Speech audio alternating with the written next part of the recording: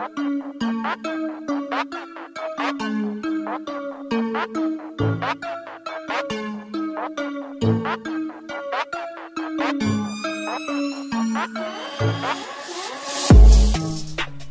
semuanya, kembali lagi ke channel yang seadanya ini. Nah, kali ini gue akan ngelanjutin pembahasan dari novel Tensei Kizoku no Isekai Bouken Roku, yang dimana ini ada kelanjutan dari video sebelumnya. Nah, di video kali ini kita akan membahas tentang hari yang dimana kita tunggu-tunggu, yaitu pertunangan Kain dengan ketiga tunangannya. Tapi nggak cuma 3 sih, nanti bakalan nambah 1 di ujung video. Pokoknya ditonton aja sampai habis. Oke, jangan berlama-lama lagi, langsung kita gasken.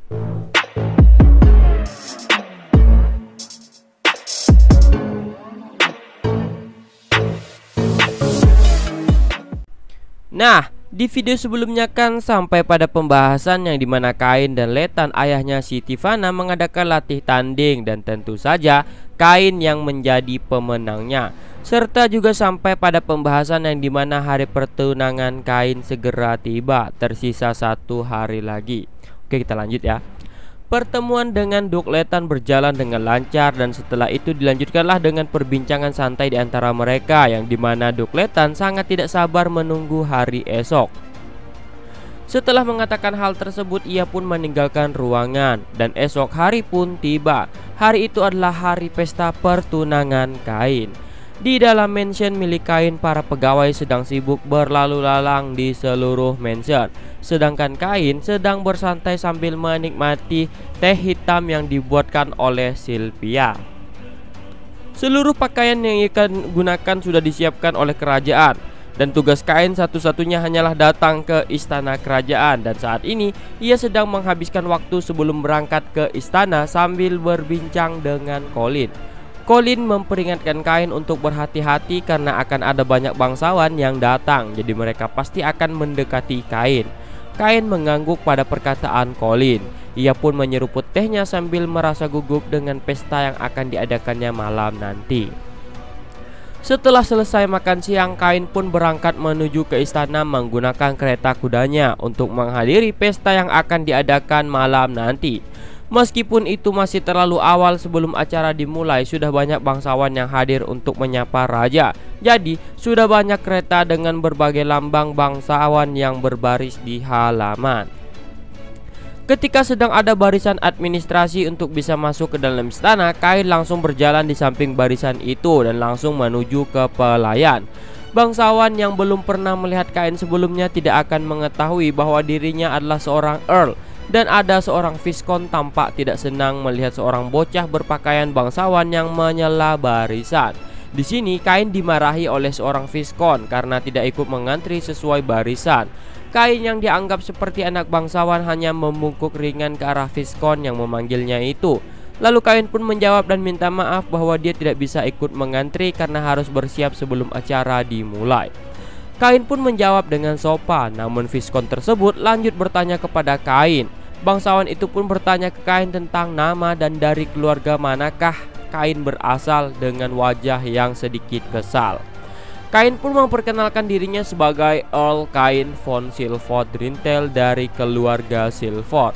Viscount tersebut terkejut mendengarnya. Anak yang ia kira hanya anak seorang bangsawan biasa ternyata adalah bintang utama acara tunangan tersebut. Viscount tersebut pun langsung membungkuk meminta maaf karena acara tersebut adalah untuk si Kain. Setelah membungkuk ringan, Kain pun langsung bergegas untuk memasuki istana. Setelah ia memasuki istana, para pelayan menyiapkan pakaian untuknya dan Kain pun segera mengganti pakaiannya. Mengesampingkan Kain yang sedang kelelahan, para pelayan itu tampak sangat senang melakukannya. Kain pun hanya pasrah kepada pelayan yang mencocokkan baju di badannya. Tidak lama kemudian datanglah Gum yang memastikan bahwa Kain sudah siap atau belum. Gum masuk ke dalam ruangan itu disusul oleh Reine dan Sarah. Baik Sarah maupun Reine, mereka terpesona dengan kostum yang dikenakan oleh Kain. Reine dengan polos ngomong ke Kain bahwa dia juga ingin menikah dengan Kain, namun dia ditempeleng oleh si Sarah. Sarah pun memukul kepala Reine mengucapkan pernyataan tidak terduga itu. Terus Sarah si ibunya juga ikut-ikutan memuji Kain yang tampak sangat imun. Mengesampingkan mereka berdua, Gam pun tersenyum pahit melihat mereka berdua saling setuju dan dia memandangi Kain sejenak lalu mengangguk puas. Setelah itu, percakapan di antara keluarga itu pun berlangsung. Percakapan hanya di antara keluarga yang telah lama tidak mereka lakukan dan berlangsung sangat meriah. Entah sudah berapa lama pembicaraan tersebut berlangsung. Lalu pelayan pun datang untuk menjemput mereka karena Gam dan keluarga lainnya harus berada di tempat acara terlebih dahulu. Mereka pun berdiri dan bersiap meninggalkan ruangan. Reine yang terakhir keluar dari ruangan itu, ia keluar sambil tersenyum dan melambaikan tangannya. Kain menarik napas dalam-dalam dan tiba-tiba terlintas wajah Saori dan Minami di benaknya. Ia pun menyeruput teh miliknya. Saori dan Minami ini ada di episode 1 yang di animenya ya. Lalu setelah itu Kain pun berdiri mengikuti pelayan yang datang memanggilnya. Pelayan itu pun memandunya untuk sampai ke aula dan mereka berdiri di depan pintu. Pelayan yang berdiri di samping pintu itu memberikan instruksi kepadanya dan sekarang saatnya sudah tiba. Alunan musik yang terdengar di seluruh aula dan pintu pun terbuka. Disediakan karpet tempat dia berjalan dalam satu garis lurus menuju ke tempat semacam singgasana. Dan di kedua sisi jalan itu para bangsawan berbaris dan mengarahkan perhatian mereka ke arah Kain. Kain mulai berjalan setelah menarik napas panjang menembus lebih dari 100 pandangan yang menusuk ke arahnya. Kain berjalan dengan sangat bermartabat dan mempesona, membuat siapapun yang usianya terpana melihat pesona dirinya tersebut. Meskipun gugup, Kain tetap melangkah maju selangkah demi selangkah sampai berdiri di samping raja. Ketika ia melihat ke arah para bangsawan yang berada di tempat yang lebih tinggi itu, di sana berbaris para bangsawan kelas atas termasuk Gam, Lethan di dekat singgasana, lalu diikuti oleh para bangsawan yang lebih rendah. Setelah memastikan Kain berada di posisinya, raja pun mengangguk dan mulai berbicara kepada para bangsawan yang hadir. Gue bacain aja ya pidatonya. Anggap aja gue ini jadi rajanya gitu. Izinkan aku memperkenalkan dirinya kepada kalian. Dia ini adalah Earl Kain von Sylvet Drintor. Kali ini akan menikahi putriku si Telestia. Meskipun dia ini masih muda, tapi soal kemampuannya, dia ini lebih kuat daripada Komandan Royal Knight kita. Dan soal kemampuannya mengelola kota, aku yakin kalian semua sudah mendengar beritanya. Dia telah membangun kembali kota Drintel dan kini menjadi sebuah kota yang cukup besar. Nah, setelah itu sambutan dari para raja pun berlanjut dan Kain pun mendengarkan semua itu sambil merasa malu. Namun ia tetap menahan ekspresi wajahnya agar tidak nampak dan sambutan sang raja pun terus berlanjut. Saat ini, Sain dari kerajaan Marineford juga masih berada di kerajaan ini dan beliau bersedia untuk menghadiri pesta kita ini. Itulah yang raja katakan. Oke, di sini kalian mungkin udah mengira ya, harem Kain bakal nambah lagi dan tunangannya juga nambah hari ini. Bukan hanya Tele, Silk, dan Tivana, tapi ada satu orang lagi. Jadi hari ini Kain akan bertunangan dengan 4 orang. Siapakah dia? Tonton aja sampai habis ya bujang. Kursi milik Hinata berada di sebelah para keluarga kerajaan. Mendengar perkataan sang raja, Hinata pun berdiri dan membungkuk ringan ke arah para hadirin. Layak sebagai seorang Sein, ia mengenakan pakaian jubah berwarna putih dengan hiasan sulam berwarna emas. Ketika Hinata berdiri dan memberikan salam, penampilannya sangat anggun selayaknya seorang Sein. Para bangsawan menyuarakan rasa kagumnya melihat penampilan Hinata tersebut. Dan akhirnya para tunangannya pun akan tiba ke dalam aula. Dengan aba-aba dari sang raja, alunan musik yang lembut dimainkan dan pintu terbuka kembali. Di ujung pintu yang terbuka itu berdirilah 3 sosok wanita yang berdiri berdampingan. Telestia mengenakan gaun berwarna hijau gelap, Silk mengenakan gaun berwarna merah muda, sedangkan Tivana mengenakan seragam kesatria miliknya. Namun berbeda dengan armor kesatria yang biasa, ia keenakan itu lebih mewah dan berkelas. Ketiga wanita itu berjalan perlahan menuju ke singgasana dengan langkah yang selaras. Sosok mereka bertiga sangatlah indah. Mimin juga mau ngeharam sih. Mereka bertiga membuat para bangsawan lain terpesona oleh penampilan mereka.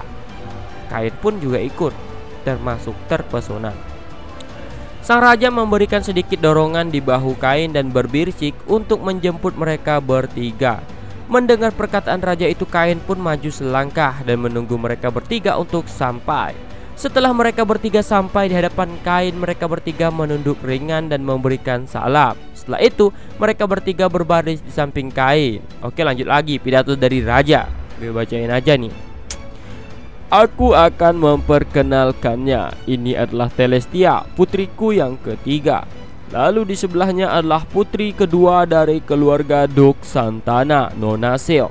Dan yang terakhir adalah Tivana, putri tertua dari Duke Libert. Kain di sini untung banget ya, menikah dengan putri raja terus 2 Duke. Terus ada spek onesan lagi. Parah. Bagi para anak bangsawan lain yang ikut berbaris, tak ada perasaan lain selain rasa cemburu kepada Kain.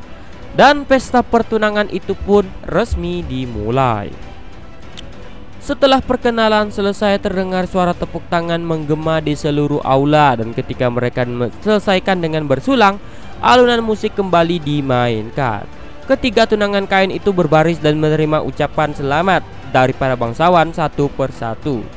Ketika Kain melihat ke arah ketiga tunangannya itu, mereka bersolek dengan riasan wajah yang tipis. Meskipun Kain sudah lama mengenal mereka, ia tetap terpesona dengan penampilan mereka tersebut.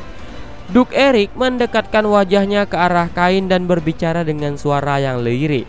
Dia berbisik dan mengatakan bahwa dia menitipkan anaknya ke Kain. Dan juga ada satu pesan penting ke Kain. Apa itu?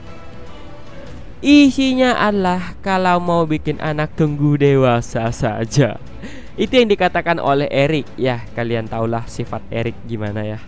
Silk yang mendengar itu malu-malu dan mukanya langsung memerah. Bahkan mungkin Telestia juga mendengarnya, dan kini ia memasuki mode khayal. Ia hanya menatap langit-langit sambil memegang pipinya yang memerah itu. Hancur loli kita dibuatnya. Duke Lethan juga tersenyum dan hanya mengatakan sepatah kata, "Mari kita bertanding lagi lain kali. Aku titip Tivana ya." Itulah yang dikatakan oleh Duke Lethan. Setelah itu mereka menerima ucapan selamat dari seluruh bangsawan kelas atas beserta keluarga mereka. Dan di antara mereka, Marquis Cordino dan putranya Habit datang menghampiri. Meskipun tanpa enggan, Marquis Cordino tetap memberikan ucapan selamat kepada Kain, dan Habit yang ada di sampingnya juga tampak tidak senang dan ia tidak mengatakan apapun. Mungkin itu karena ia merasa Kain telah merebut Silk darinya sejak usia Kain 5 tahun. Terlebih Kain juga bertunangan dengan putri Telestia yang juga sangat cantik. Wajar saja jika dia cemburu. Namun, meskipun mereka seumuran, Kain telah menjadi Earl yang merupakan bangsawan kelas atas. Ia tak bisa banyak protes. Mengesampingkan mereka yang sedang dalam suasana tidak bersahabat, Kain tetap menyambut para bangsawan yang memberikan ucapan selamat. Kemudian, Gam dan Sarah datang memberikan ucapan selamat, membawa serta Raine yang tampak sedikit murung.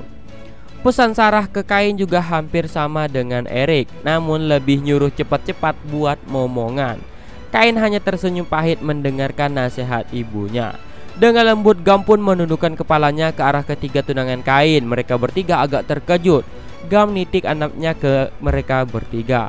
Raine yang murung dari tadi tiba-tiba tersenyum karena dipanggil kakak Raine oleh Silk dan Teles. Lalu Raine pun mulai kocak karena dia langsung berubah sifat jadi kakak-kakak yang sengklek lah gitu. Raine yang tidak memiliki adik perempuan itu tersenyum lebar hanya karena dipanggil kakak. Lalu Gam bersama dengan Raine yang sedang dalam suasana hati yang ceria itu meninggalkan mereka dan bergantian dengan bangsawan lain. Ucapan selamat terus berdatangan, dan ketika bangsawan kelas atas telah selesai memberikan ucapan mereka, kini giliran para bangsawan kelas bawah. Viscount datang menghampiri dengan otot yang menyembul di balik pakaian bangsawan yang ia kenakan, serta senyuman yang menghiasi wajahnya. Dia adalah pelindung kota Ramesta, kota benteng di wilayah Gracia. Kain pernah bertemu dengannya ketika upacara ulang tahun ke-5 Kain. Tak lama kemudian giliran Viscount Langdosha, bangsawan yang ia temui tadi di depan pintu masuk istana yang pas antri. Dia mengucapkan benar-benar minta maaf atas ketidaksopanannya tadi. Kain yang memiliki kesan baik terhadap Viscount Langdosha itu membungkuk ringan dan menjawab dengan penuh senyum di wajahnya. Kain menyuruh untuk jangan memperdulikan hal tersebut. Mendengar perkataan Kain, Viscount Langdosha mengangkat wajahnya dan berjabat tangan dengan Kain. Setelah berbincang sedikit dengan Viscount Langdosa, kini adalah giliran Viscount Santos, ayahnya Sarah, yang datang menghampiri atau kakeknya Kain. Santos menangis bahagia karena dia tidak menyangka bahwa dia sudah berada di pangkat Earl dan menikahi 3 putri sekaligus. Dia pun bergumam dengan itu. Itu pun adalah hal yang wajar bagi cucunya. Itulah menurut Viscount Santos. Viscount Langdosa yang masih berada di dekat mereka kembali setelah mendengar kata cucu disebutkan. Viscount Langdosa pun bertanya apakah dia benaran cucu dari Santos. Kain ingin menjawab pertanyaan itu, namun Viscount Santos membuka mulutnya terlebih dahulu. Lalu Santos pun dengan bangga menyebutkan bahwa Kain memang benar adalah cucunya karena Sarah yang anaknya itu menikah dengan Gam. Viscount Langdosa tampak agak terkejut mendengar pernyataan Viscount Santos yang mengatakan itu dengan penuh semangat. Setelah mereka berdua pergi, Kain pun melanjutkan kegiatannya menyambut para bangsawan yang datang memberikan ucapan selamat, dan Kain mulai merasa lelah. Setelah melakukan itu lebih dari 1 jam, Teles dan Sil juga berada di meja dan berbincang dengan siswa dan alumni yang usianya tak jauh berbeda dengan mereka. Sedangkan Tivana sedang dikelilingi oleh para petinggi militer yang berotot. Apa boleh buat, ia memang sedikit aneh karena selalu bergaul dengan pedang dari waktu ke waktu. Kain menerima minuman yang disediakan oleh pelayan. Ia mulai sedikit bersantai dan pesta itu mulai mendekati akhir acara. Sisanya tinggal mendengarkan sepatah kata dari Shane, lalu ditutup dengan ucapan terima kasih dari sang raja.